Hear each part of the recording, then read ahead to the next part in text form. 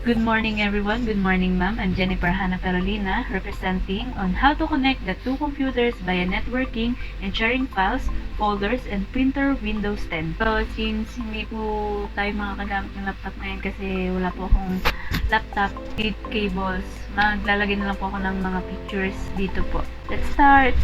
So paano nga po ba tayo makakapag-share ng files gamit ang ating two computers? So, ang first nga po is pagkukonikin po muna natin yung dalawang computer. So, paano po ba yun? Kailangan po meron po kayong cable or LAN cable na gagamitin para mapag-connect po siya. So, after nga po natin mapag-connect yung dalawang computers by LAN cable, sisimulan na po natin kung paano po tayo makakapag-share ng files dun sa kabilang computer. Ayan, sa computer 1 po muna tayo. So, ang una nga pong natin gagawin is go to network. And then, pagkakita nyo po ng network, i-right click nyo lang po yun at makikita nyo po yung dalawang magpa-pop up. Ang nakalagay po doon is troubleshoot problem and open network and internet settings. Siyempre, ang i-click po natin is yung pangalawa, si open network and internet settings. Ayan, at pagbukas nga po natin itong open network and internet settings, ay hanapin po natin itong sharing option. So, pag open nyo nga po nung sharing option is makikita nyo po dyan yung private, guest or public, tsaka po yung all network. So, sa private nga po is may makikita po tayo doon na network discovery, tsaka po files and printing sharing. Ayan, lahat pong yung nakalagay dyan is meron pong nakalagay na turn on and turn off. So, ang gagawin lang po natin is i-click lang po natin yung turn on. Dahil po lahat po yun ay naka-turn on. Ganon din po sa guest or public. Kailangan po naka-turn on din po sila. Doon naman po sa all networks, lahat po din yun ay naka-turn on. Maliban lang po dun sa isa po, dun sa password, i-turn off po natin yun. Tapos, i-save change na po natin.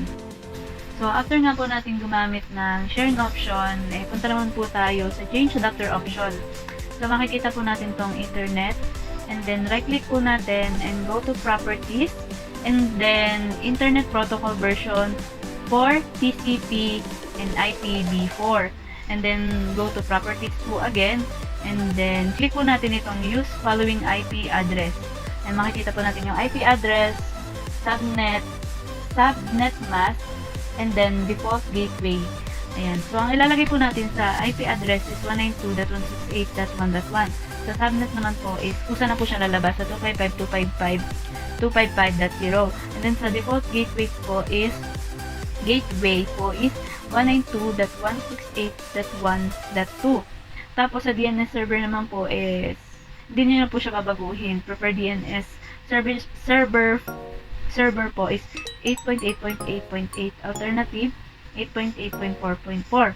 Ayan, then okay na po yon. So yun po yung settings number 1 sa computer 1. Ayan, so punta naman po tayo sa computer 2. So ayan po, same din po ng gagawin. Punta din po kayo sa networks. And then yun pong open network and internet settings. And then, sa sharing options po ulit. Tsaka po, dun po sa change adapter option, internet properties, internet protocol version, properties, and use the following IP address. Yun po. Basta same lang din po. Yung pong ginawa po natin kanina, yung may mga checkan. Sa computer po pala is, meron lang po tayo mababago dun sa use the following IP address.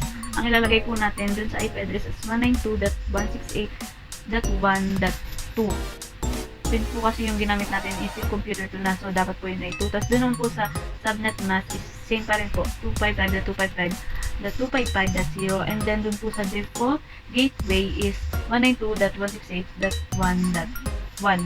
So ayun po, nakakonect na po yung ating computer 1 tsaka po yung ating computer 2. So paano nga po ba tayo makakapag-share ng files mula sa computer 1 papunta po sa computer 2? So ito na po yun. So, balik po tayo sa computer 1 at hanapin po natin yung files na gusto po natin i-share kay computer 2.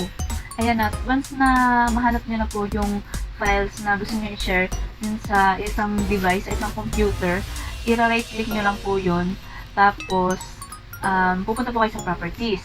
And then, pagpunta nyo po sa properties, makikita nyo po dun yung sharing.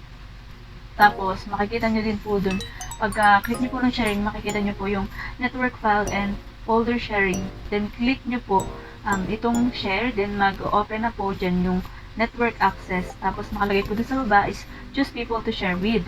Dun po sa box na nakalagay dyan, meron po tatlong nakalagay doon na pagpipilian nyo yung admin everyone and create a new user. Ang pipiliin po natin is yung everyone. And then, i-click nyo lang po yun, tapos mag-a-add na po siya ng kusa dun sa box na nakalagay doon. Tapos, after nyo pong ma-add yung everyone dun sa ilalim, i-click nyo po ulit yung everyone doon. Tapos, lalabas na po doon, ang ipipiliin nyo po doon is read and white. Yun po yung sa everyone. And then, click share. Yan.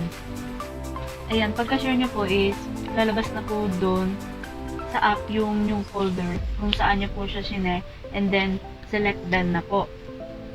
Pagkatapos po nun, i-click nyo naman po yung advanced sharing. Then, after po ng advanced sharing, share this folder.